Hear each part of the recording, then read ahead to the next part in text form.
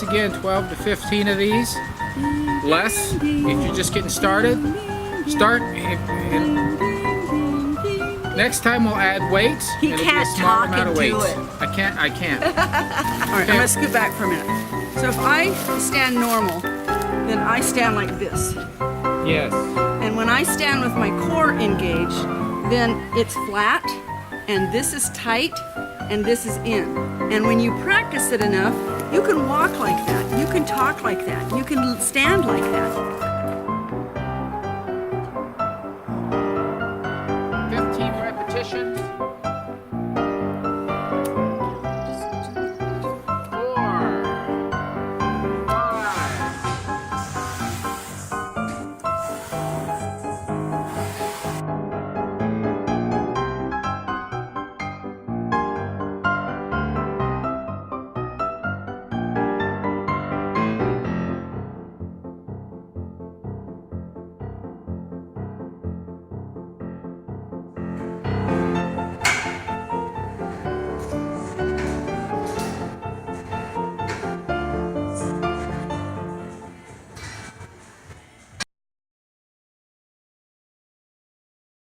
So what we're going to start with is we're going to start at the top. So we're going to take our head and we're going to look down.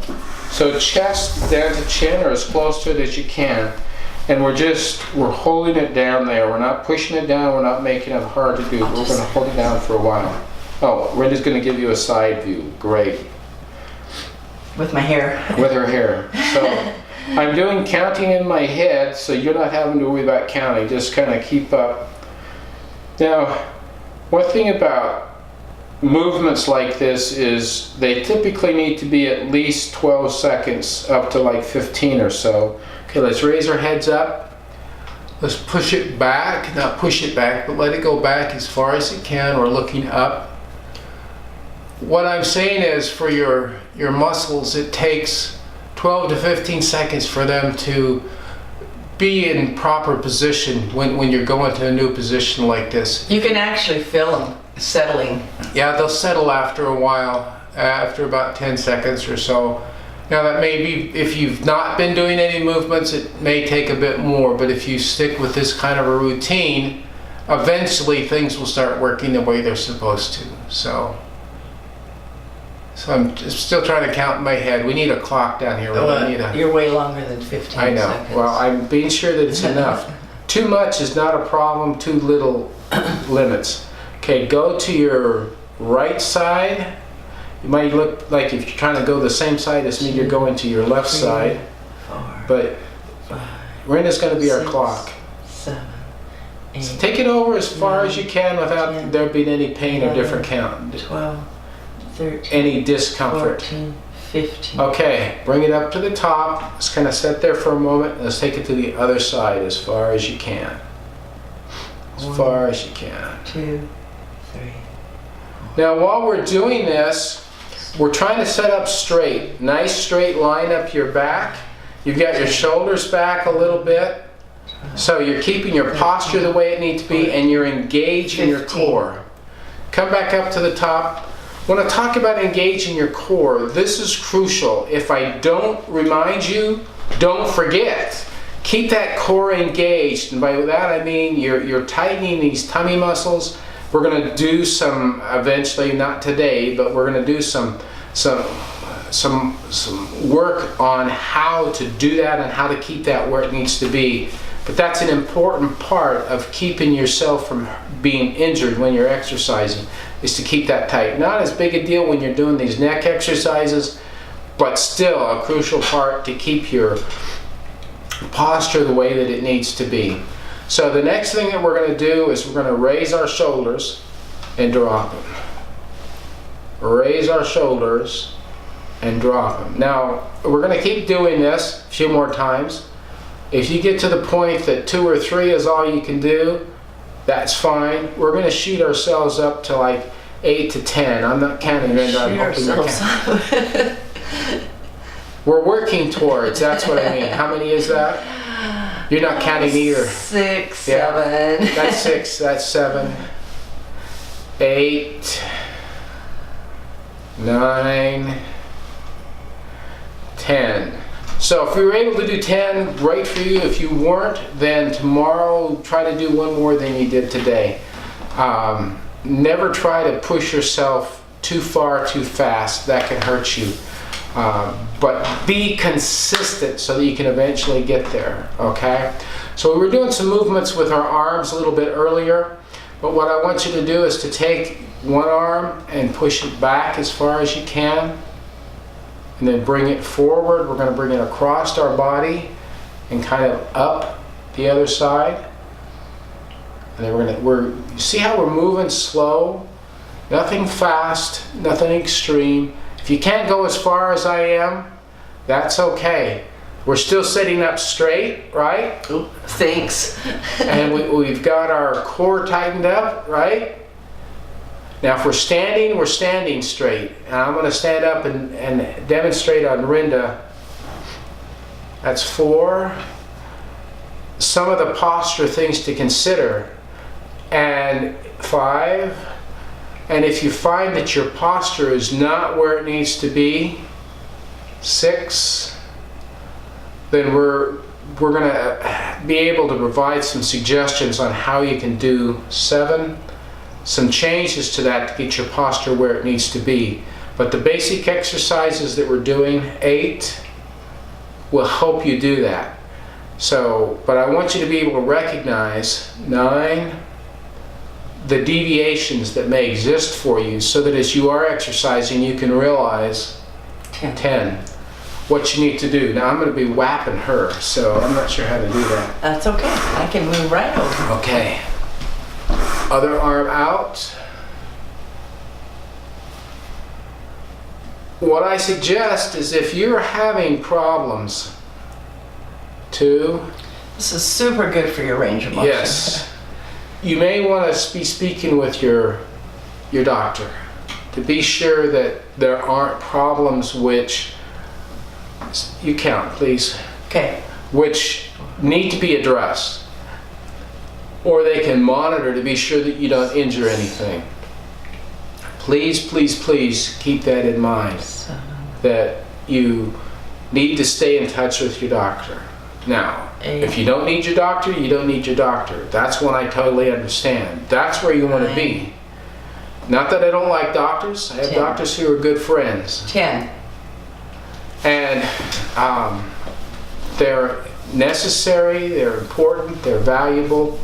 But let's get you healthy so that you don't have to be visiting. And remember, if they put you on pain medication, which you may need, pain medication masks it. It doesn't fix it. This is going to help take the pain away. And you know, Rhenda while we're doing our in-between rest, Rhenda reminds me of something that... I can tell that part if you Tell that like. part. Go ahead. Just because as a nurse, and I worked a lot in homes with people that were getting exercises on physical therapy. So what you want to do is, if you have a particular part that hurts, a shoulder, a knee, is put heat on it about 20 minutes before you exercise. That's going to warm up the muscles and get the blood flowing. Do the warm-ups, but that's like a pre-warm-up. If you absolutely have to have pain meds, take your pain med 40 minutes before you exercise. That get them on board. Help you be able to do that. And then after you're done, if you have, you know, severe pain or whatever, not severe, but really bad pain in your knees or your whatever area, then you want to ice that for 10 to 15 minutes. So heat 20 minutes before, wait, let me start over. Pain med 40 minutes before, heat 20 minutes before, and ice for 10 to 15 minutes after. Now, as the exercise guy, what I want to tell you as well is hydrate before you exercise. So within that 40 to, well, probably 20 minutes before you're exercising, when you're doing your... Otherwise, you're going to be getting up to pee. Yeah, you know, while you're putting your warm pads on there, get yourself a significant amount of water. I'm not talking coffee, I'm not talking soda pop. Not even talking juice. I'm not talking whiskey. And we're not talking Gatorade or a power drink. Right. We're talking water. Remember, water is our beverage of choice always. So get yourself well hydrated. It's going to help in a lot of ways to do that.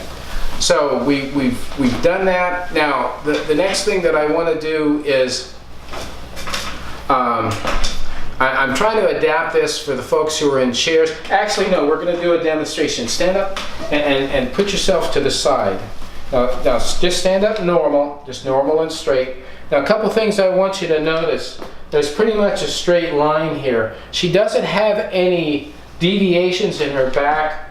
Now, if she had lordosis or kyphosis, you're going to see a bit of a hump back here. Maybe this will be If I went more. this way or this way. And she's not straight, just a total straight up and down. But she's got, if you start here at her ears, her head does tend to go forward a little bit. Yes, it does. So, but there should be a straight line coming down all the way, and that's the perfect posture that you want to have as well. Did you tell me I'm perfect? Yes, I did. No. We're trying to get it right here. Sorry that we're cutting off our heads. We're doing the best we can with what we got here, but there also needs to be a straight line here. Let me spin her around this way. There can be a scoliosis kind of thing here. That can happen to you as well. They're going to keep you from being the way you want. Now, can you tilt your pelvis forward? Now, she's tilting it, she's tipping it around this way. And what's that doing to your back when you do that? What happens to your back? Tip it forward, like you did. Okay. Tell me what are you feeling in your back? It's straightened. Okay, tip it the other way. Oh. And then it bends in like Yeah. that. So try to get it in the center. Because when I do this, when I put my butt out, it has some little pain here. When I hold it tight, there's no pain. Right. So when you're standing straight up and down, then it's in the right position. There's less pain. But when you have those deviations to where you're rocked one way or the other because your muscles aren't the way they need to be, then you're going to end up with adding pain into your back because it's not sending right, and your muscles are imbalanced, and that's going to add to your pains. So what we want to do is, this is better laying down, and this is not a good place, but this is, you could do some kegling while you're standing up. Sitting down is a little harder. Oh, women can do it anywhere. Okay, demonstrate the sitting down kegling thing. I can do so. So can you sit in the chair? Can you explain the kegling a little bit better? I Well, know you're better at it than I am. Women know what kegling is. Okay. Men So don't. you want to be able to pull that tight like that, and you want to do 300 or 400 or 500 a day, and you can just do that while you're watching TV, and it takes a lot of strength to begin with. But you can build up to that, and what that does is it strengthens your bladder so that you don't lose urine out of your bladder. It strengthens the pelvic floor. And whether you're old or young, that is an exercise you should do your whole life. Sorry. And, you know, I wasn't going to get into the bladder stuff, but I shouldn't have come in. what it does with the muscles is it gets them strengthened in there. It helps you center, and that's really a term that we're going to use frequently. Is you need to be centering, which means your pelvis is in the center. So right now, you're I'm tight holding in here, and that's what you want to do, is use those muscles enough. So hopefully while we're doing all this talking, you're doing the kegling, getting those things strengthened. you can see his belly going in and out. Mine is tight. Right here it's tight. So just do and a lot of it. I'm just strengthening the pelvic floor. You don't see me moving as much here as him. Men are different. I have no idea how you kegel. Well, obviously there's some differences, but there are a lot. The same muscles Same pelvic exist. floor. Okay. And so we're trying to center that pelvis. That's really what we're doing. And by strengthening those muscles, and there are many muscles involved. There are going to be muscles right around your pelvic area. They're going to be your abdominal and your lower thoracic area, not thoracic, your lower lumbar area is, there are going to be muscles Lower there, back. lower back, that are going to be involved in that. So you want to do a lot of that. Now, I wasn't going to go 200 to 300 a day. Obviously, you know, several. I'm just saying you can do it when you drive. You can do it when you're watching TV. You can just sit there and do it. What I'm suggesting advantage is during your exercise period, this is where you keep yourself reminded about what to do and how to do it. Work up to the 8 to 10 that you're doing in a row here. That's where we want to work up to. That's going to be 8 to important. 10, 300 or 400. Well, if you do 8 to 10, No, that's when you're great. exercising, you're reminded. And when then you- during the day, anytime that you're saying, wow, you know, I feel a little uncomfortable, oh, let me center my pelvis, that's going to help. Jim and Rhenda says it'll help. It's going to help. Do it. Keep yourself reminded and do it. Anytime you're feeling that, you'll find that if you do those exercises, it's going to help. Okay, let's go on from there. So You want your chair back? it'll be easier for me to demonstrate. This stool is not going to be easy to work with. That's not, I don't suggest an ottoman like that is the best exercise I know. gadget. That's what we got right now here. Okay, so let's put our hands on our chair arms if we have, or on our chair if we have. And what we're going to do I is can't do that in that. we're going to try to do some practice getting out of our chair kind of thing, where we're just going to do the stand up, okay? So you may have to help yourself. If you don't have to help yourself, You that's may go fine. way slower than him, and I don't suggest you go faster. No, don't go faster. You want to go slow and easy, and definitely the back down is very slow. And again, you're holding your core in. Now, for those of you who can't come out of your seats, I suggest you do the lean forward.